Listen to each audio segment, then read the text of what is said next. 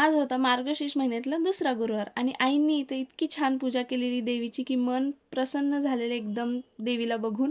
आणि आईंनी सकाळी लवकरच पूजा केलेली, कारण त्यांना जायचं होतं केंद्रात. आज त्यांच्या गुरुचरित्र पारायणाचा शेवटचा दिवस होता, म्हणून मी नाश्ता करून घेतला आणि खालती ऑफिसमध्ये आले, कारण मला ऑफिस सगळं आवरायचं होतं. हे गेलेले टूरला, त्यामुळे ऑफिसची हालत अशी काहीशी झालेली. आणि ह्यांनी जर येऊन बघितलं असतं तर हे खूप ओरडले असते, कारण त्यांना भरपूर कामंसुद्धा होते आल्यावरती. त्यामुळेच म्हणलं ऑफिस पटकन साफ करून घ्यावं. ऑफिस साफ करून झालं, वरती येऊन जेवले आणि मी संध्याकाळच्या स्वयंपाकाला सुरुवात केली. लवकरच सुरुवात केलेली, कारण आम्हाला बाहेर जायचं होतं. ते कुठे ते तुम्हाला पुढे कळेलच. आणि आजचा मेनू होता डाळबट्टी आणि गव्हाची खीर.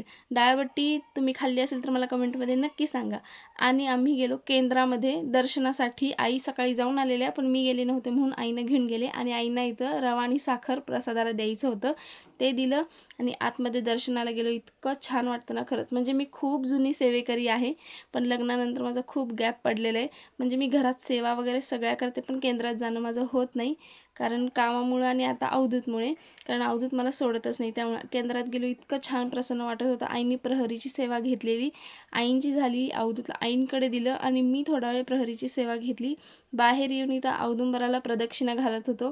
इतकं छान वाटत होतं ना, इतके पॉझिटिव्ह वाईब्स येत होते ना. खरंच मला ते हे सगळं खूप आवडतं, पण कामाच्या ह्याच्यामध्ये जमतच नाही. असा वेळ काढून जायला पाहिजे खरंच, पण होत नाही. आई म्हणत असतात तू जा, मी त्याला बघते, पण तो राहत नाही, त्यामुळे मला जाता येत नाही.